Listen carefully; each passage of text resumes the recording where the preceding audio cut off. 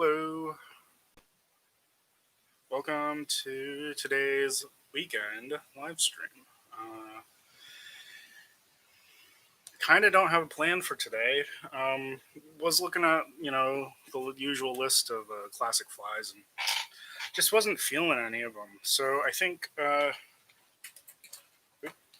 plan today might be just to noodle around with some materials and tie a freestyle fly or something.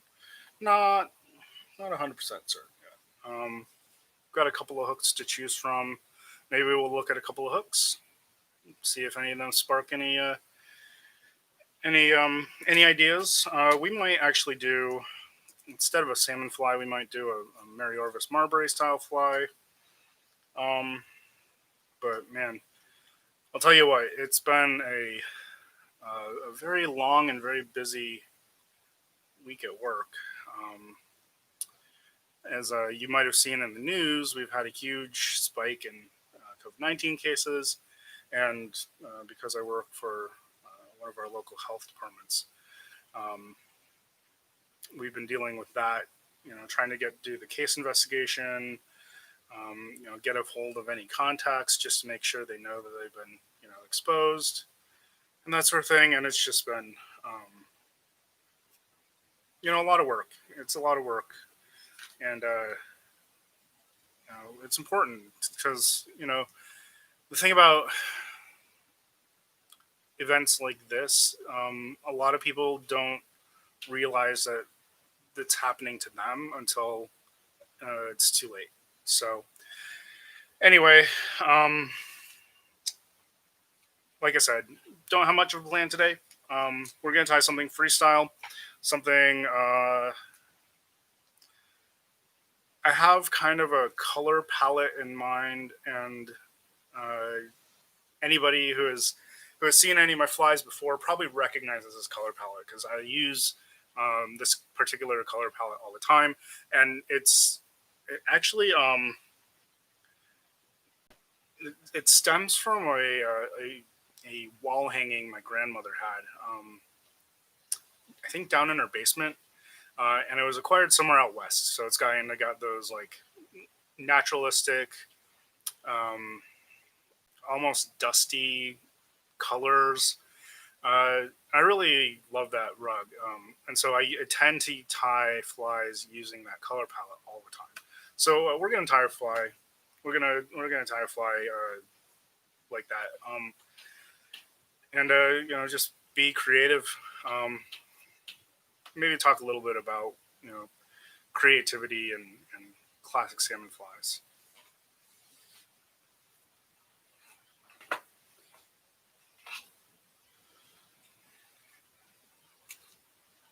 So in terms of the hooks that we have to work with, a bunch of Ron Lucas hooks.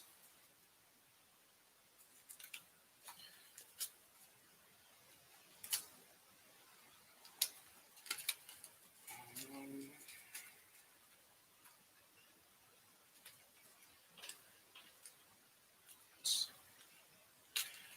Trying to pick one. So a bunch of Ron Lucas hooks, or we have kind of these. I think this particular hook's a vintage like mustad sort of.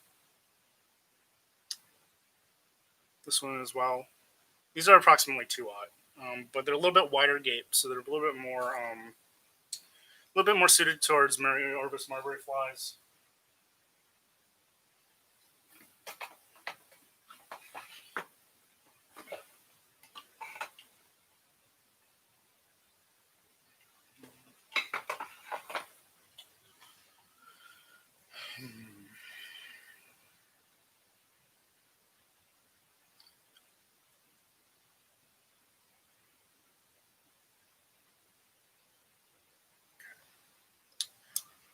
So I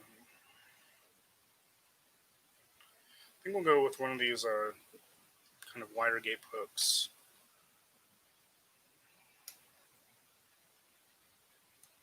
Let's put you guys in. Now this hook does look a little bit used, and I think this is one of the hooks that I probably rescued from some failed project. And as most of you know, I tend to reuse hooks quite a bit. Not every fly that I tie sells. Spilled something.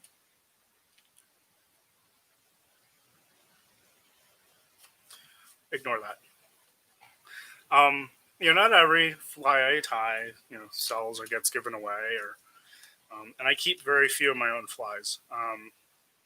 So if there's a fly that either doesn't sell or I'm not very pleased with, I will take a razor blade to it, salvage all the feathers and bits that I can, and then reuse the hook. Sometimes even reuse things like gut, uh, crests for sure, jungle cockeyes, golden pheasant underwings. Those are all salvageable. I don't. If it has a married wing, I won't.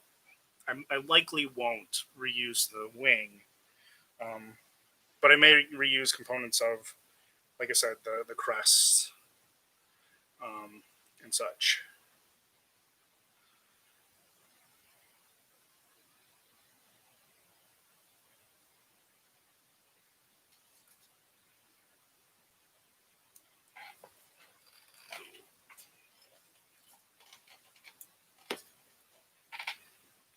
Speaking of gut, a little bit of gut here.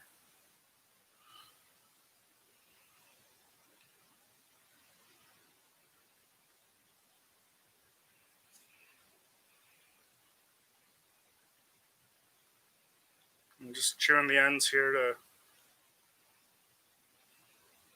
soften them, flatten them down. Just give them a little bit of a trim. It doesn't have to be kind of a perfect taper. Just got to thin them out just a little bit so that they,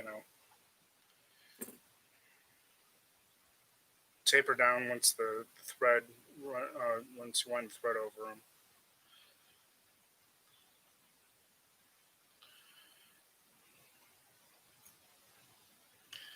Now, because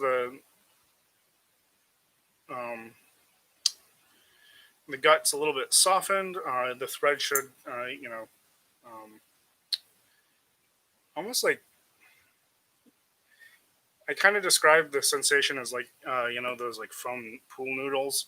And if you were to take a piece of paracord and wrap the paracord around the pool noodle tightly, the pool noodle will compress. It's a little bit what you're doing here, and so then once the gut dries again, then it locks the gut in place. Um, while I still wouldn't recommend fishing a fly with a piece of gut this short, uh, I would hazard a guess that even with a piece of gut this short, this gut eye is probably a lot more sturdy, more durable than you might expect. And again, simply due to the fact that once you soften the gut, you can compress it just a little bit, and that just helps lock it in place.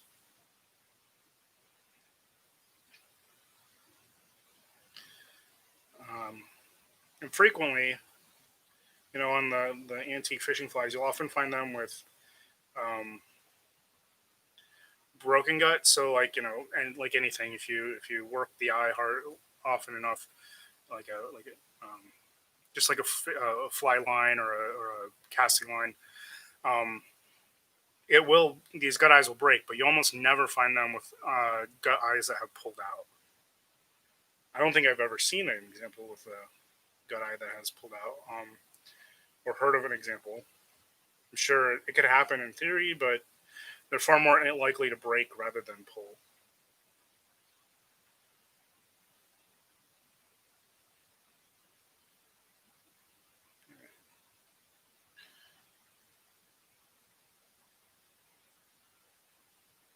Okay.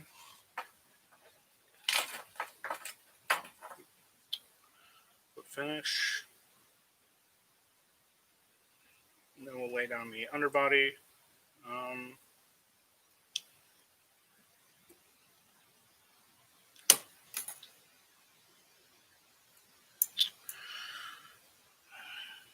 I kind of have in mind something that looks pretty shaggy. Um,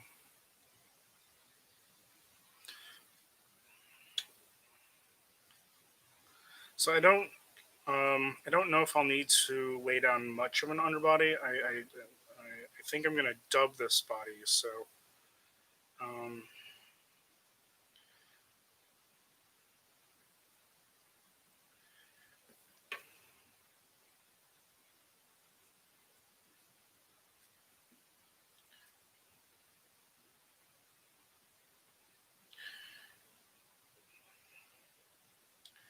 now tying a freestyle fly kind of brings up kind of an interesting question. I think about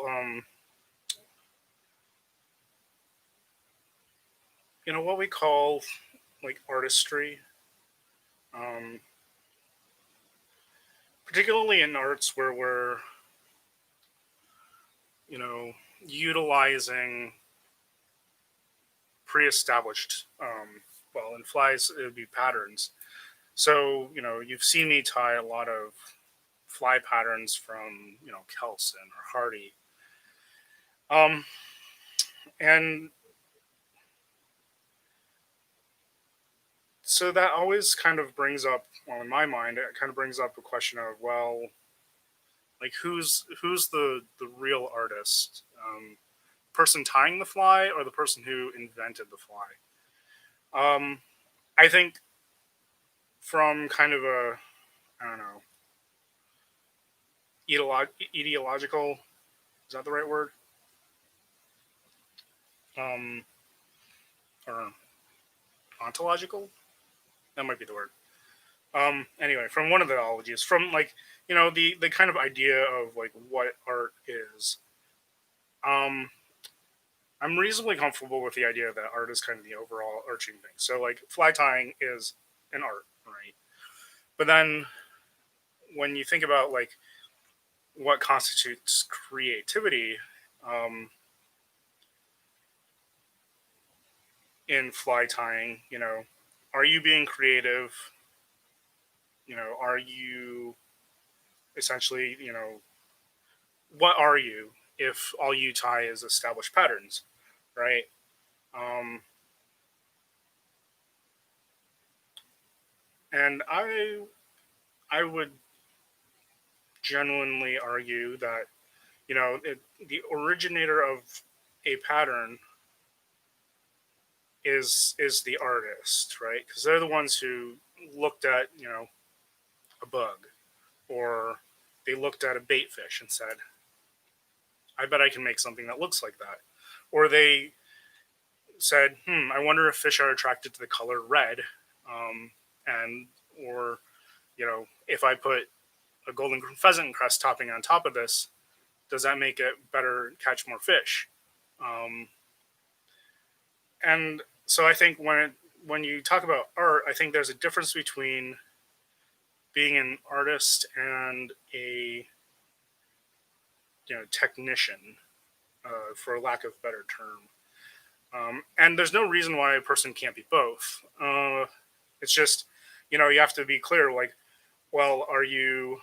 So this kind of gets at the question of when you're tying an established pattern, a classic established pattern like a Green Highlander. Are you tying a replica, reproduction, or representation? And I would argue, and I think I've said that phrase a couple times, but I would think that depending on the style, depending on the material choice, you could be tying any of those. So, replica, in my mind, just based on the definition, is one that would, the original artist, the originator of the pattern, would recognize as, something from that time period. So the way we tie a lot of these classic Atlantic salmon flies, especially today, is of a style that is completely different than, you know, would have been used, or they would have been tied in at the time that the pattern was invented. It's a very modern style. It's, you know, particularly the flies for display. Now, the flies for fishing, um, you know, may only differ in techniques and material is used. So we might use mylar instead of metal tinsels. If we're tying a fishing fly, we are obviously using monofilament instead of silk thread.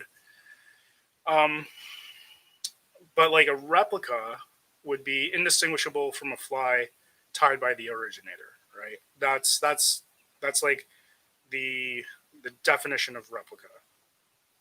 Um, Whether or not people adhere to it when they say something's a replica is a different matter, but that's what I would think. Um, you know, would uh, would be defined as a replica. Now, a reproduction is, I think, it's reasonable to say that what we tie in the modern style is more of a reproduction, right? So it's not exact in the detail. Maybe the style is a little different, but overall, it's recognizable as, you know, the thing. So, you know, if you tie a green Highlander, um, Hardy would say, or you know, whoever would say, well, that's not the way I would have tied it, but that's a green Highlander. Now, the difference there, um, you know, and at each of these levels, the creativity involved uh, escalates, right? So if you're just doing a replica, or I should say just doing a replica, there's a lot of technical um, know-how, a lot of technical skills that are involved in producing replicas. Um, but when you go step up to, or when you know, move to doing a reproduction, now all of a sudden the person producing the fly has a lot more freedom of choice. So you know, maybe they'll choose uh, different materials. Um, Maybe they choose to tie the wing in, you know, in a different style. So maybe they choose to tie in a built wing instead of a mixed wing. Um, that's a lot more creativity. Um, Now, is it still kind of like the creative artistry rather than the technical artistry? Um, I know there's an argument there. Sorry, I don't know why I just took my fly out of the place. Talking too much. Um, Now when you get to like the representation, I think this is where it gets really interesting. For me, um, actually, so from a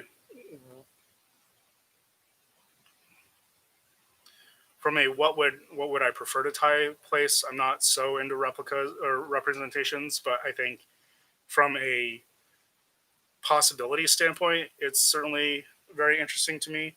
So, you know, when you get to the representation now, you know, you don't have to stick to the established style. You don't have to, you know, stick to,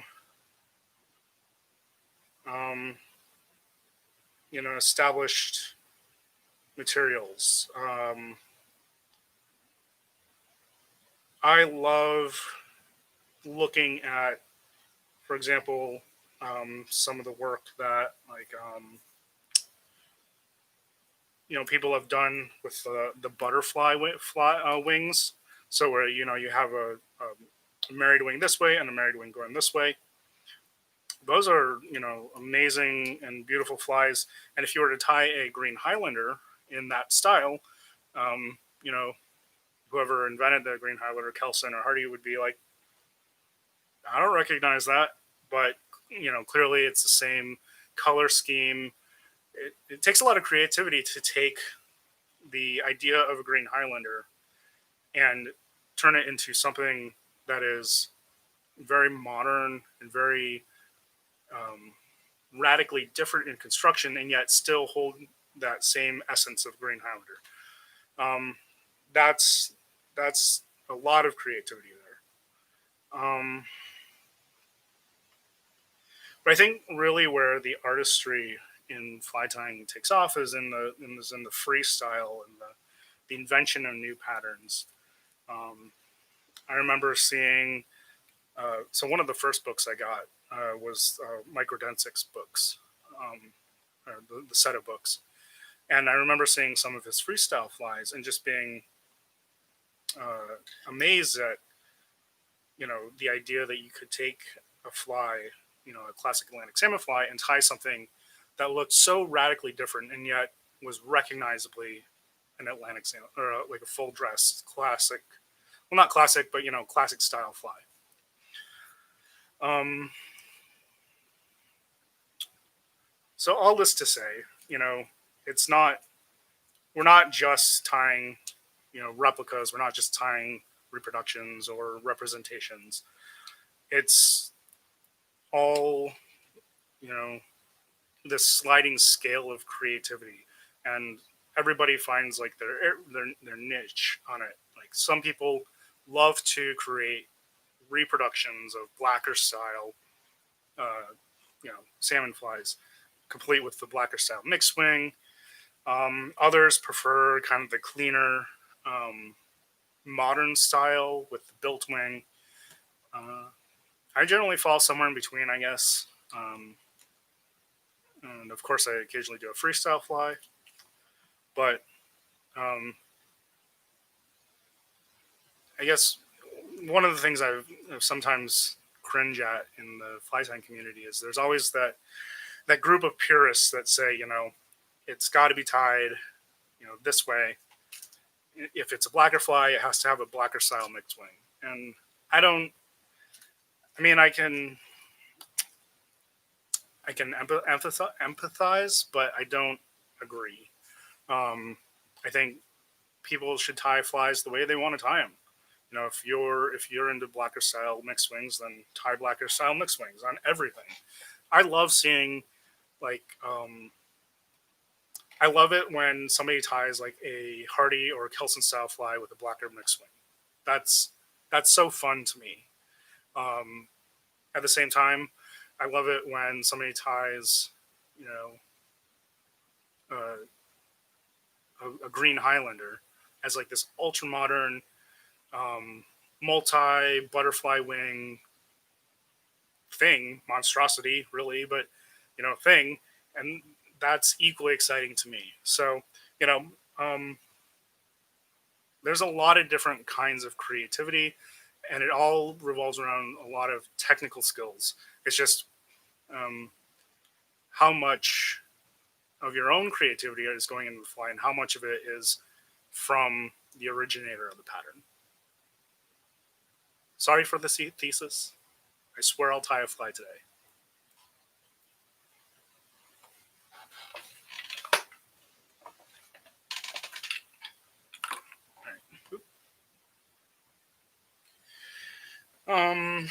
So let's see. We're gonna tie something a little bit different because, like I said, one of my favorite things at my grandmother's was this particular wall hanging that she had. It was from the Southwest, so I'm going for kind of a Southwest, American Southwest color scheme. Southwestern jewelry. It's a lot of copper. It's a lot of silver. So we're going to go with copper and silver for the rib, for the tip and rib. Um,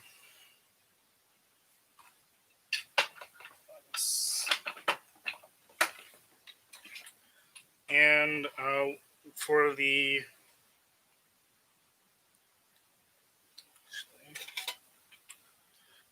tag, we're going to go for actually a very bright, I guess, purple. And it might seem like an odd choice, right? So I think I described this rug as having kind of very pale, dusty colors. But one thing about the desert is that you come across these real pops of color, and unfortunately, I don't have a great red. Red or yellow is probably the most common pop of color that you would see in the desert, but I don't have a great either of those. Actually, do I? So I'm gonna go. I'm gonna go with this kind of deep purple.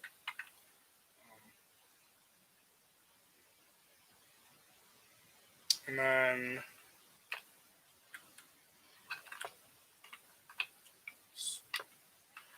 kind of got this kind of sagey olive green. And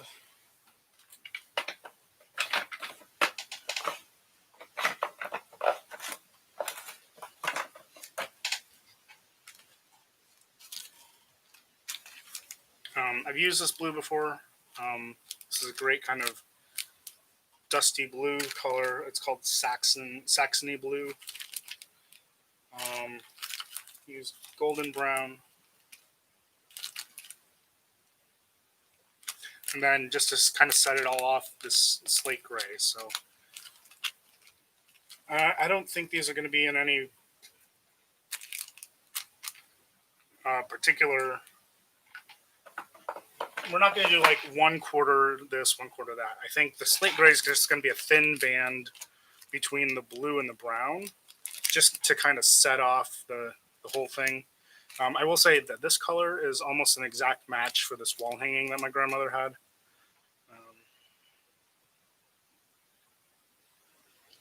So start there. And we'll just do the body today, because I'm still debating on whether I want this to be a salmon fly or a Mary Orvis Marbury style fly. The body that I have in mind, I think, will be okay for both. So we'll do the wing next week. If I'm gonna do a Mary Orvis Marbury style fly, I'm gonna have to sort through a whole bunch of feathers to find some matching pairs, because I'm a little bit depleted on my matched pair of feathers for wings. Or at the very least, I didn't have any of a good color, I should say. So I'm gonna have to pick through the pairs of duck and such.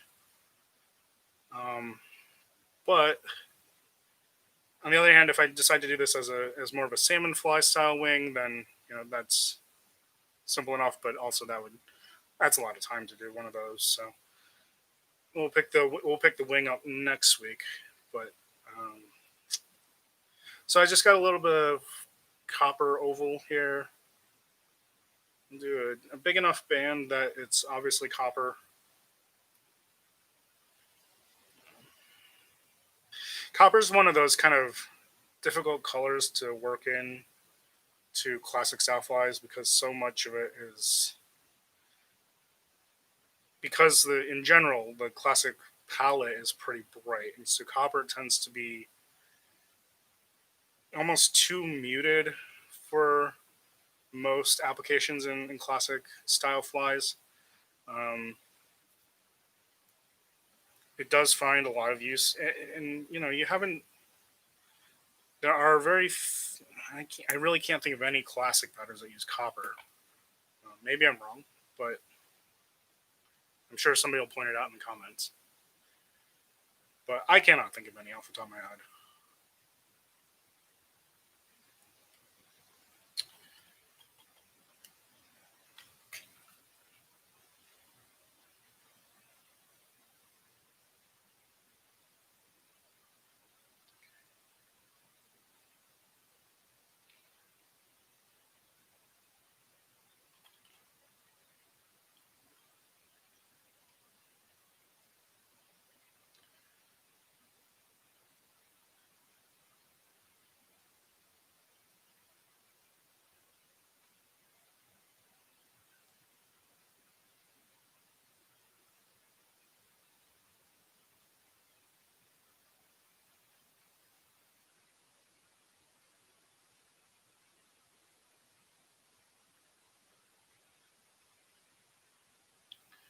Actually, you know what? That's probably an idea for another video, or for one of the live streams. Maybe we will do a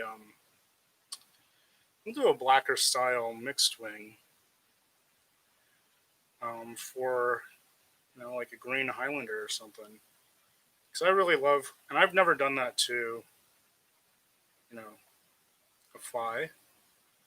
So that might be something something to do for a live stream. That might be interesting. And like I said, I love seeing those kind of stylistic crossovers. I think is probably the right way to put it. Because that's just that's fun. It's fun. It's interesting to look at. Um,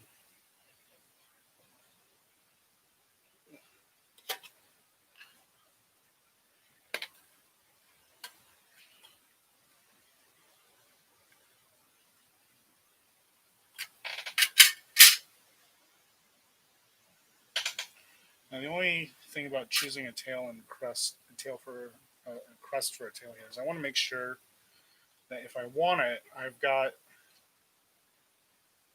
a matching top crest. I don't think I do for that one. I definitely do for this one. So you can already see that this one has been prepped already. And this is because, like I was mentioning before, I tend to recycle flies a lot. This is from a recycled fly.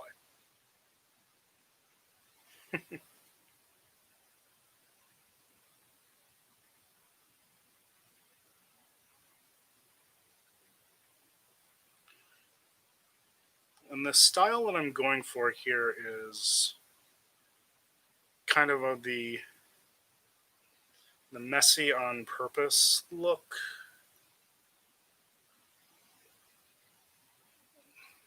Something that's buggy, or that we would describe as like you know, being buggy and bushy, and but also very very neatly tied. So that looks good.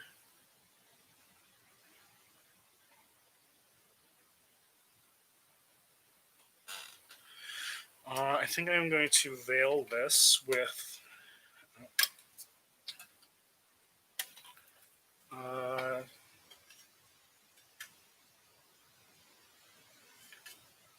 my favorite Indian crow substitute, red weaver. And again, I have another um, recycled feather. Yeah, I recycle flies a lot. If you're just joining now, I tend to,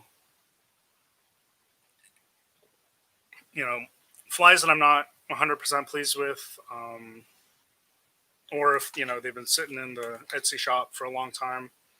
Uh, if I could use the hook, if I need the hook for something, then I usually don't hesitate to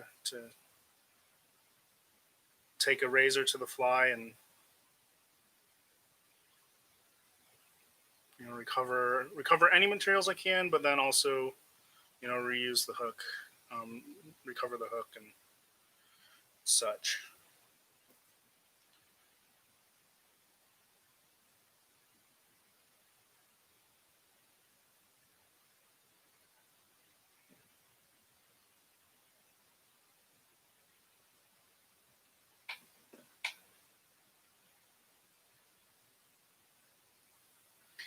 So all I'm doing is slicking down the feather using a little bit of saliva, and that just helps control it while tying it in.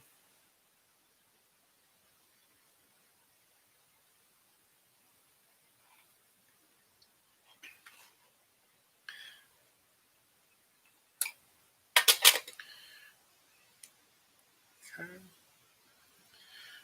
Um, Now, of course, because this is a just wondering freestyle fly, it has to have a hurl butt.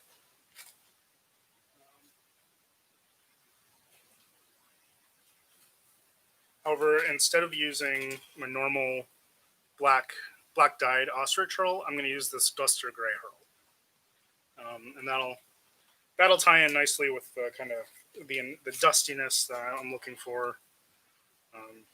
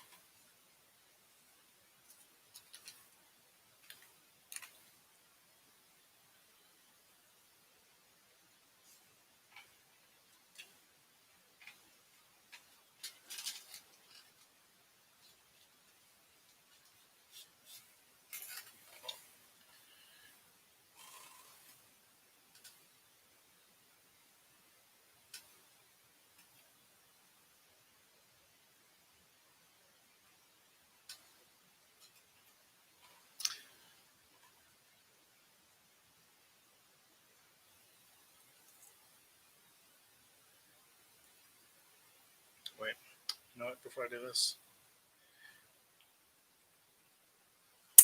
I need to tie in the rib, which I'm going to use some bright silver.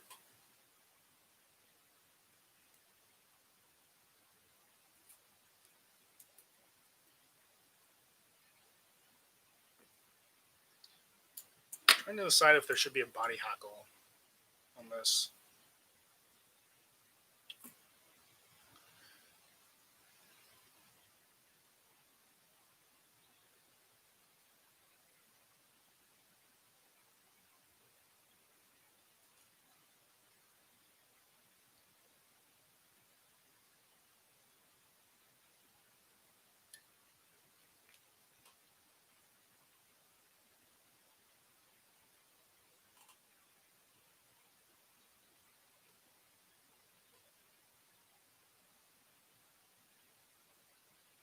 A little bit of wax thread there just to hold in the tip of the rib, because otherwise, definitely a chance of pulling it out.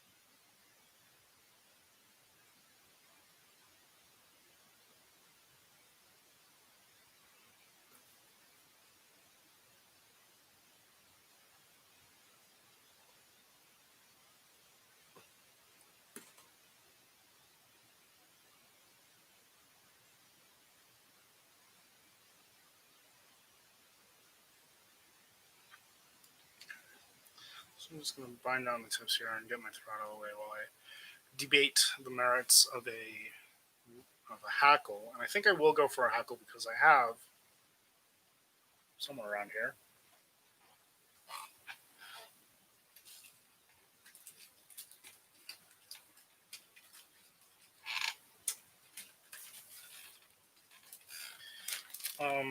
So I have this dry fly saddle. It's probably got some good salmon fly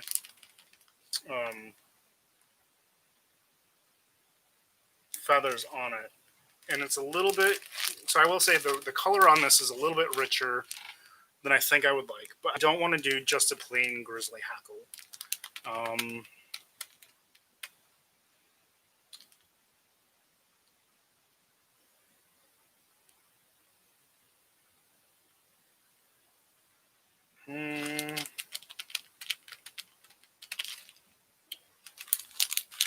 Or do I?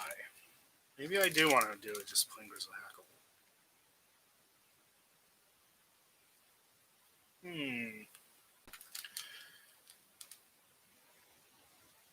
Let's see. So if I hold this up, it's a little bit weird because so like this color pattern here, it's okay. I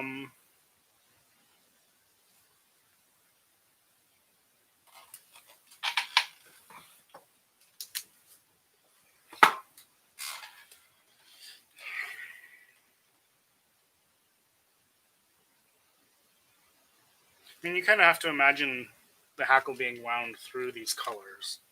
So you wouldn't get like this like yellow or olive and these colors. You get kind of these flashes or rays of yellow or this olive coming through these colors.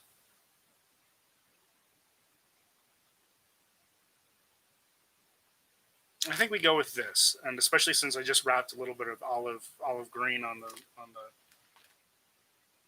the body there, I think this is probably pretty good or works pretty well. This is pretty bright, and even though once you wrap it, you're gonna get that kind of that kind of misty look that you get with a wrapped grizzly hackle. I think the added color from this will help tie in this green section here and the rest of the fly. All right, so now the challenge is, how do you find a salmon fly sized hackle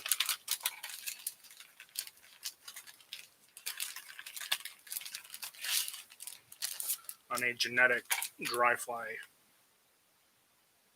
I mean, usually around the edges here, right? Towards the bottom. Yeah, here's some good ones. And this is a really lovely saddle.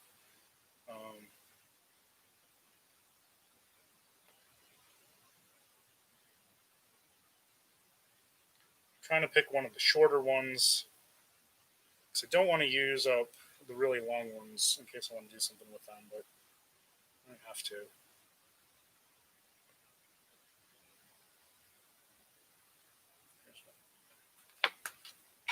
And it's still pretty long.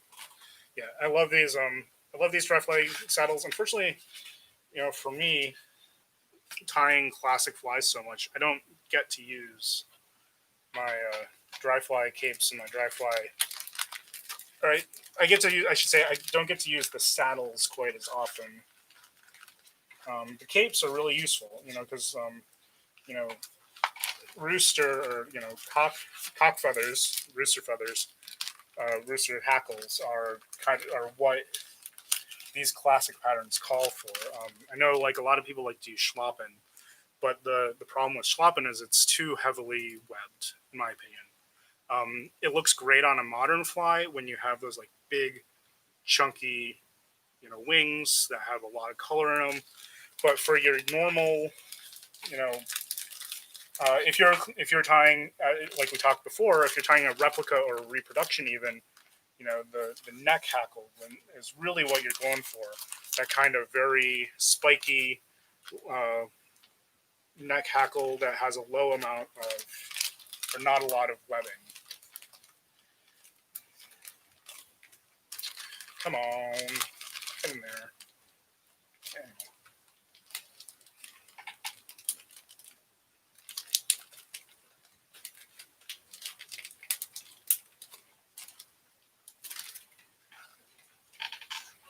So this hackle, I'm going to pull off all of the parts that are too webby.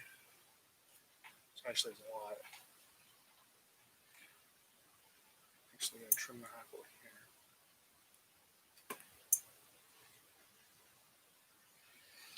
I'm just going to figure out where we want to tie it in. So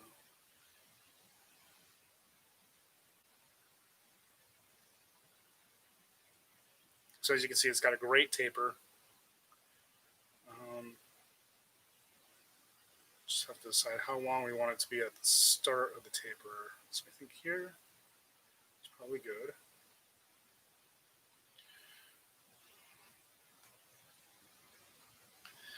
Wind a little bit. Tied in by the tip, but as you can see, there's still a lot of hackle there. Wind this forward. Now, because I'm dubbing the rest of this body, I don't need to be too terribly concerned about how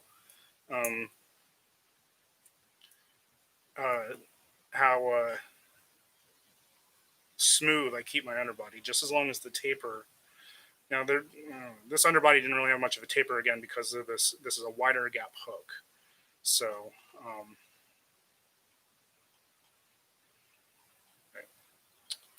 So there, and then as usual, I'm going to put down a layer of waxed thread, so that way when I dub the body, the dubbing is sandwiched between a bit of waxed thread on the body and also the waxed thread that I'm going to spin the dubbing around.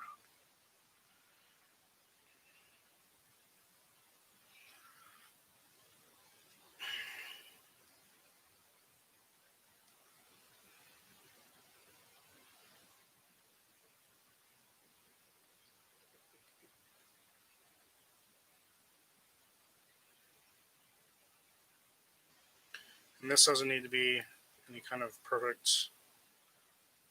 It's just enough waxed thread there so that the dubbing comes into contact with it as you wind it up.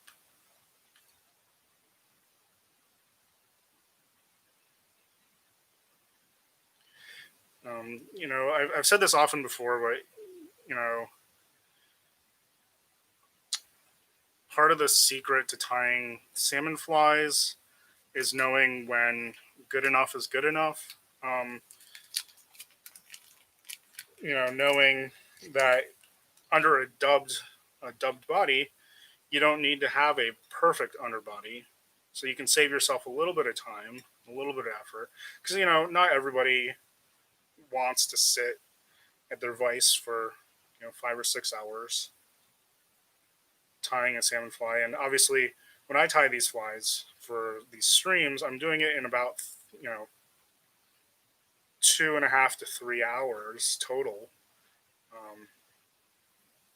tying time.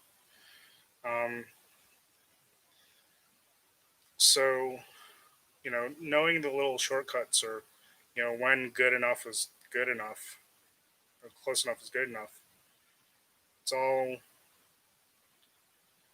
just part of the skill set that you'll develop. The part of the feel.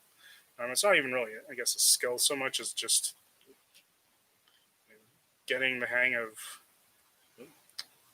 Mess that up. Come on. Tying these flies. Now, I will say, the flies that I tie on stream are nicely tied, but they are not my top work. If I were to rate myself here, they're nicely tied. They'll do the trick. but I would not say that they are my best work. I've tied a lot of flies, tied a lot of these flies. They're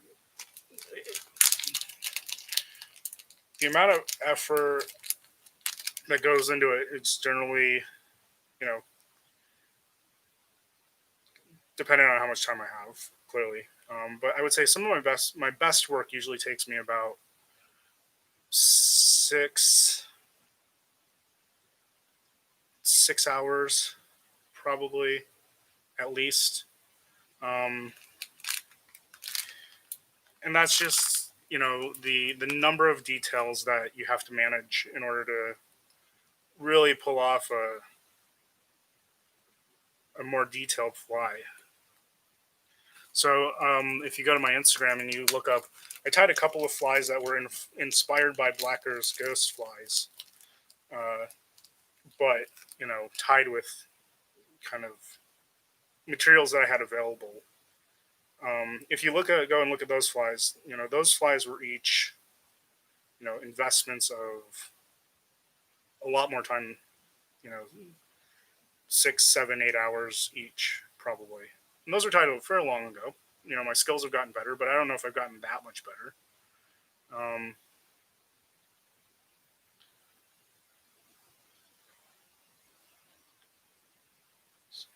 I'm going to just pull a little bit off this off because crowding the eye just a little too much. I don't want to crowd the eye that much. Again, the bands on this fly, the color bands, aren't meant to be equal. Of course, you need to leave space at the head for both a throat and probably because it's me, a hurl head. So, um, so now I'm just going to wind the rib.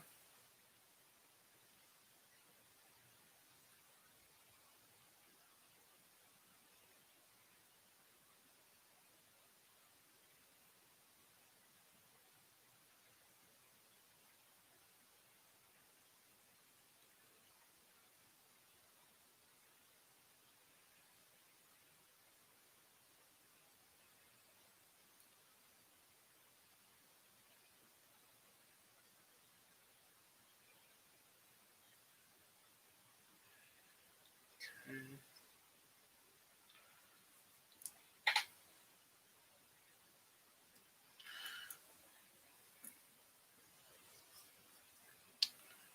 Right.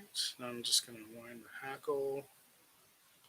Again, all I'm doing is I'm pulling the hackle 90 degrees away from the fly and gently pulling the hackle fibers all to one side. And it doesn't have to be a perfect fold. Um, like you see the pictures out of the instruction books of like the perfectly folded hackles, and it doesn't need to be that, because when you start to wrap it, the hackle will naturally kind of finish folding itself. It just needs to be folded enough that none of the fibers get caught under the hackle stem going in the wrong direction.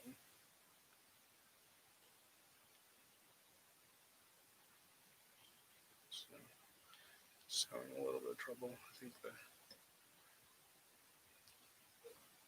dubbing's adding a little bit of bulk right there. So there we go. I'm just using my thumb to guide the hackle right behind that rib, right in that crease.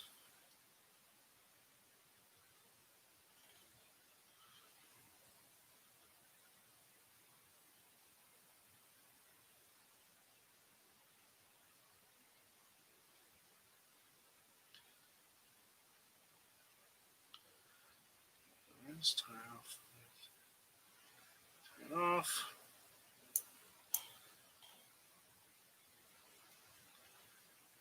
So I'm going for something pretty buggy, pretty maybe shaggy even, but not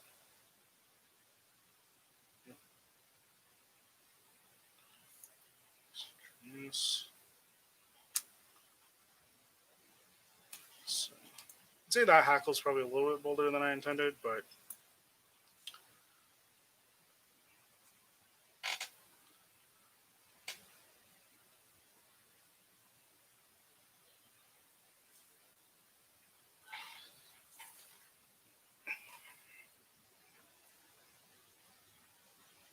again, we're running into the issue or the challenge of having a fairly webby hackle here.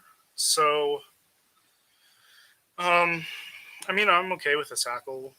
I think it looks nice. The colors actually look a lot better on the fly than I thought. The hackle's probably just a little bit bolder than I would have imagined, but I don't know. We'll see. We'll put the rest of the fly together and we'll see what we think of it once the fly's together. Uh, but that's not terrible.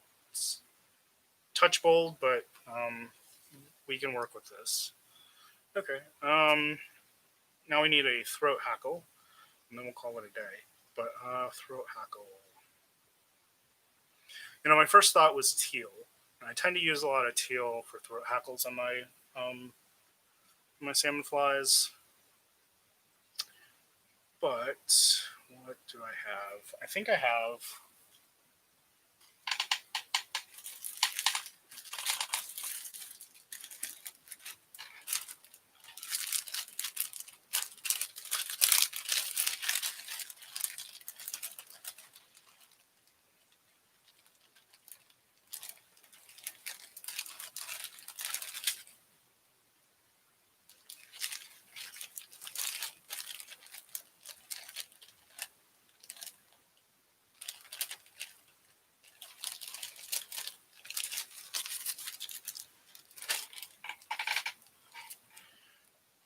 I actually have some shoveler.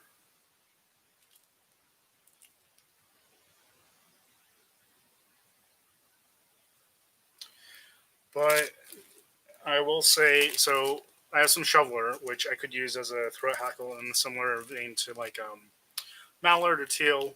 But I'm not. It doesn't quite match the colors of the body.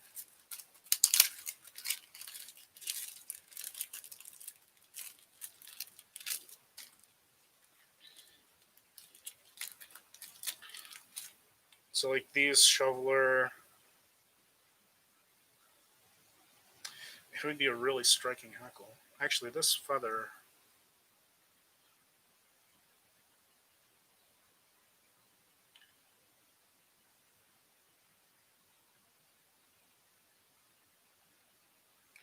Right, heck it. Let's try it.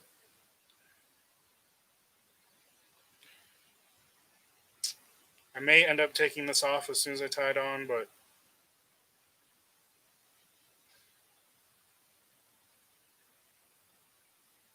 this is a freestyle fly. Some trial and error, right?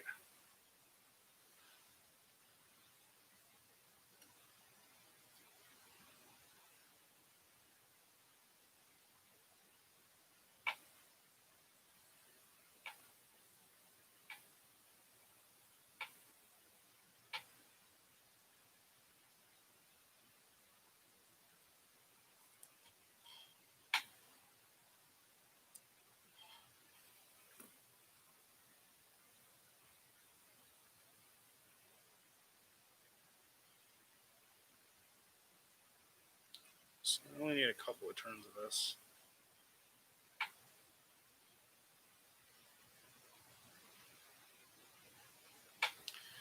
Uh, do I love this? Do I like it? That's a question.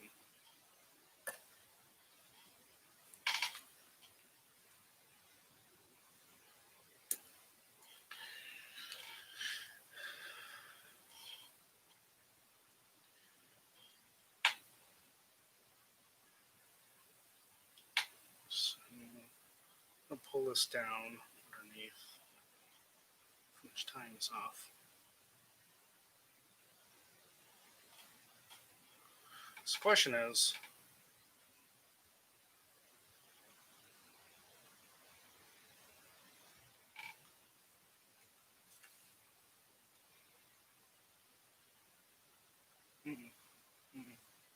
It's too long.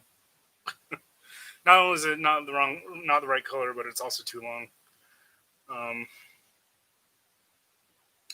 yeah, not a fan. All right. So I guess we're going for something a little bit more contrasting.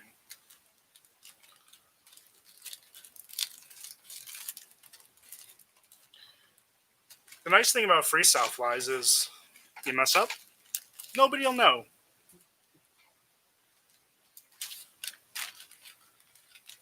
Um, yeah, don't tell the internet.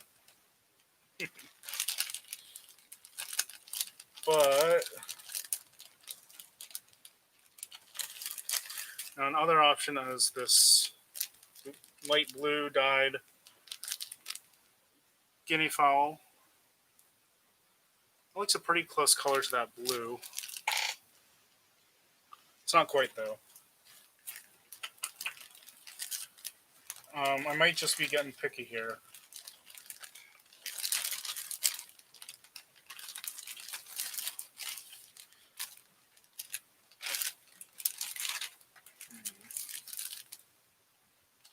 But actually, you know what? I had a thought.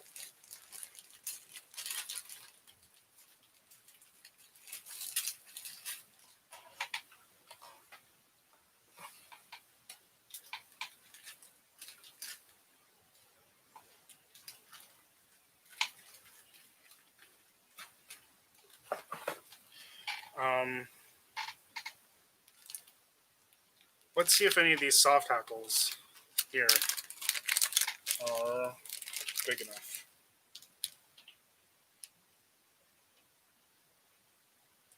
Some of these might not have long enough fibers, but this is approximately the right cream color for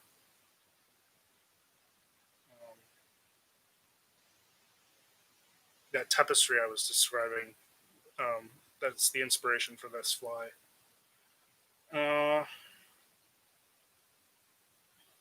only problem is I don't know if any of these fibers are long enough.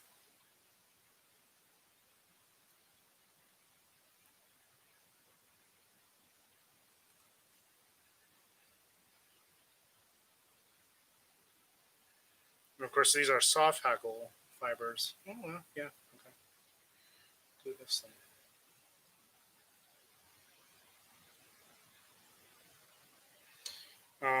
These are soft hackle fibers, so they're very webby. So this may not look so clever, but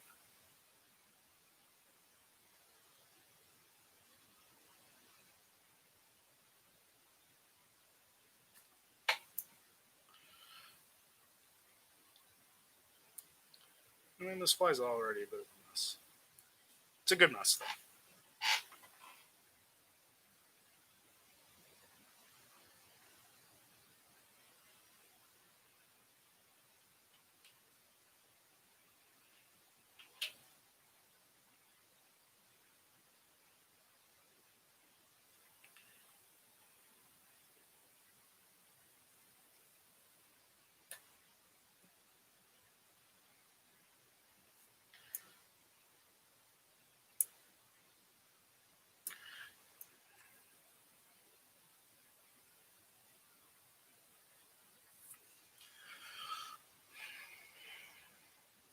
Yeah, I don't like that either.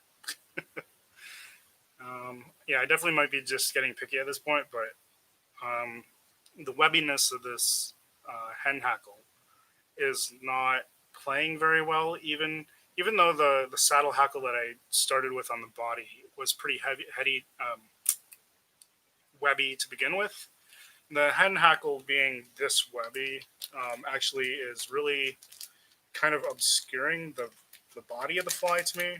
And again, I think this is why classic flies in particular look a lot better using a rooster neck hackle and not like a saddle hackle or a schlappen. Because even just pulling this down to the bottom, I mean, I guess that makes it better. But my personal aesthetic is not to pull the hackle down to the bottom. I know a lot of people do that, but that's kind of in my opinion, that's kind of more of a modern aesthetic.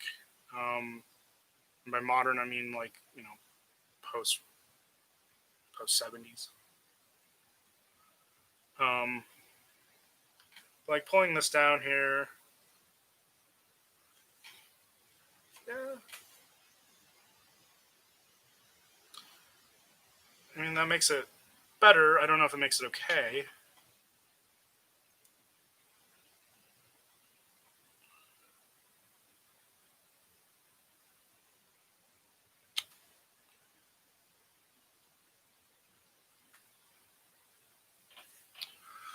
Hmm.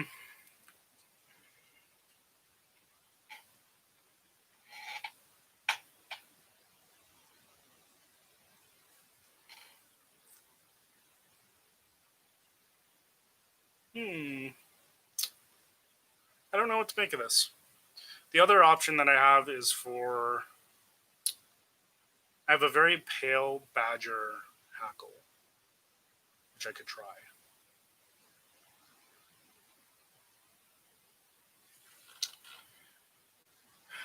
I don't hate it with it pulled down underneath, however, and it'll stay there.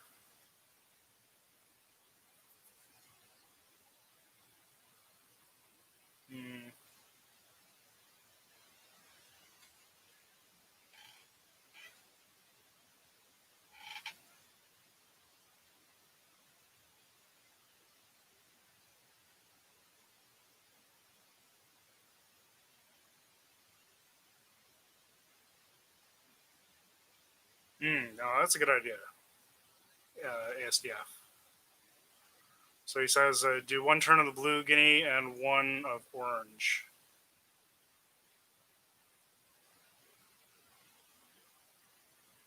Hmm.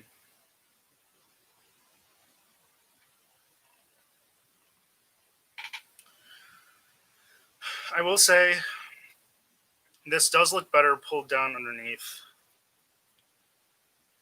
Um,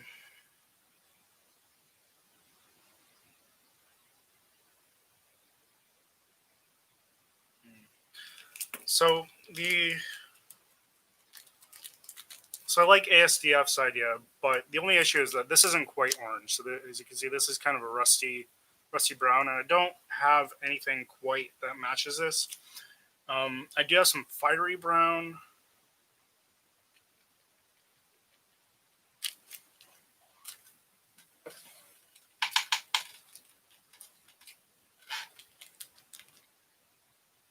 And I do have this I think this is a whiting brown, but as you can see, it's not quite a match there either.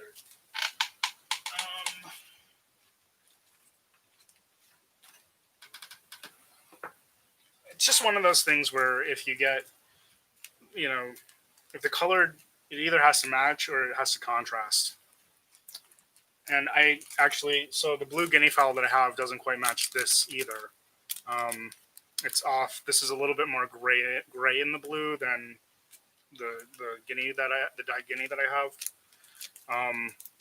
I know everything is a little bit washed out with the light that I have going on, but the colors just aren't quite there. So what I'm trying to go for is a real contrast because I think that's my only option.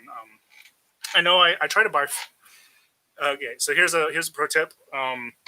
When you go to buy materials, if you know you're going to need materials that match in color, buy materials in sets. So whenever, so for example, if I know I'm going to be tying flies with a red floss body and a red hackle and red in the wings, I will buy all three components: the floss, the hackle, and the turkey for the wing, all at the same time. And I'll usually buy them at a show where I can, go to John McLean's booth, for example, look at all the colors, make sure they match. Um, I don't have any blue that matches this blue, and I don't really have any hackles that match this brown. because these were bought individually. And the problem is if they don't match and they're too close, then it looks weird, I think.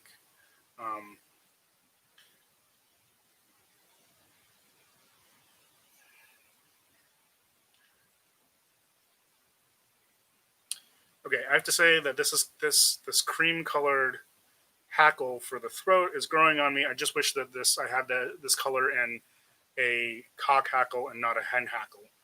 I'm going to try one more thing. I may come back to this, but I'm going to try one more thing. We're going to do the badger hackle that I have.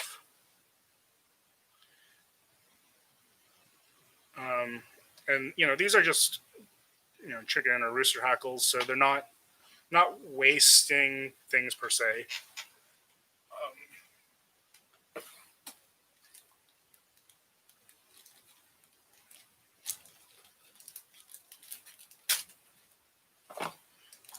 Anyway, this is kind of my raw creative process here.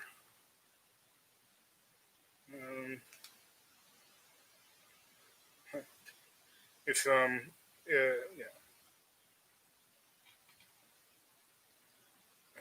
this is a nice color. It's a nice badger. So nice badger cape.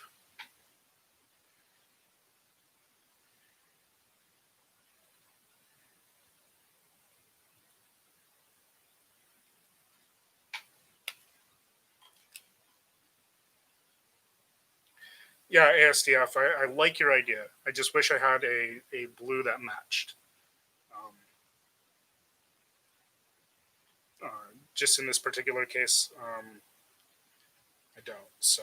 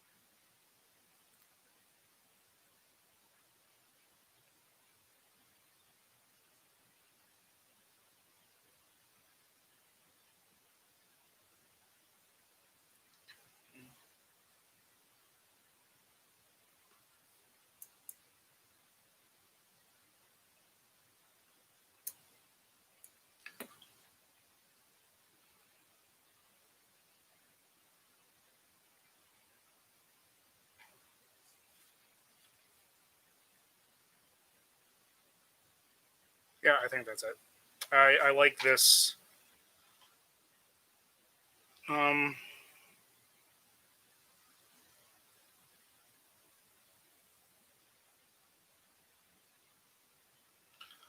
just dealing with the tag end of the hackle there.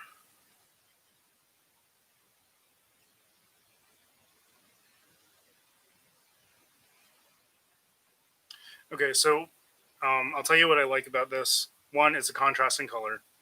Two, it's light and bright enough that it's there without being too heavy. Um, and three, this kind of dark patch here because it's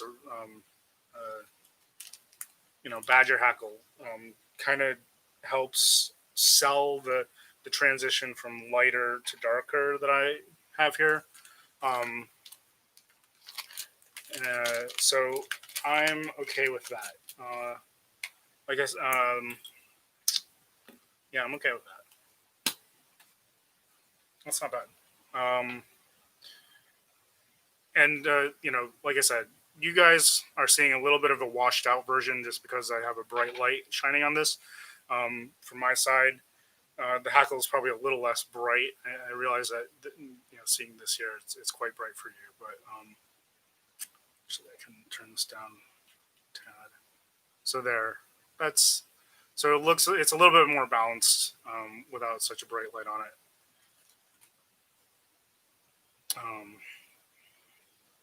But yeah, I like this. I like the shape. I like the shape that this the using a rooster hackle here gave to it. So with the heavier hen hackle, um, it was kind of less of this taper and kind of more of a, where it was flat on top and it tapered off the bottom. Not quite what I was going for. And especially if this ends up being like a Mary Orvis Marbury style fly, I said this before. This body, the way I've tied this body, the colors, the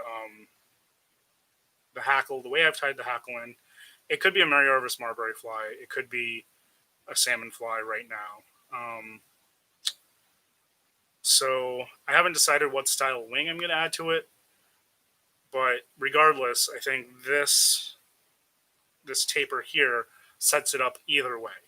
I think if you watched a lot of my any number of my streams, you'll know that I am definitely not the kind of person to pull all my hackle down to the bottom, even on a classic Atlantic salmon fly. So this taper here, I think is appropriate for both a salmon fly or a Mary Orvis Marbury fly. So, all right. Well, I've yacked at you guys enough. I apologize for the rant at the beginning. It wasn't much of a rant. It was more of a philosophical thesis.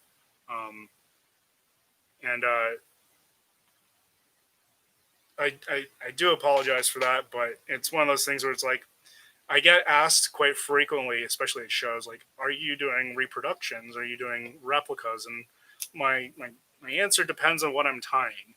So I just kind of wanted to answer that a little bit, and also, address the ideas behind where, like, what is considered creative in fly tying. If you missed it, you didn't miss much. Don't go back and look for it. On the other hand, I will finish this fly next week. We'll do the wing. We'll do something. So the plan for the wing is probably something fairly tall and probably out to here. So it's got to be pretty tall because of the gap width of the hook gap here. So we'll figure that all out next week and finish up this fly then. In the meantime, if you'd like to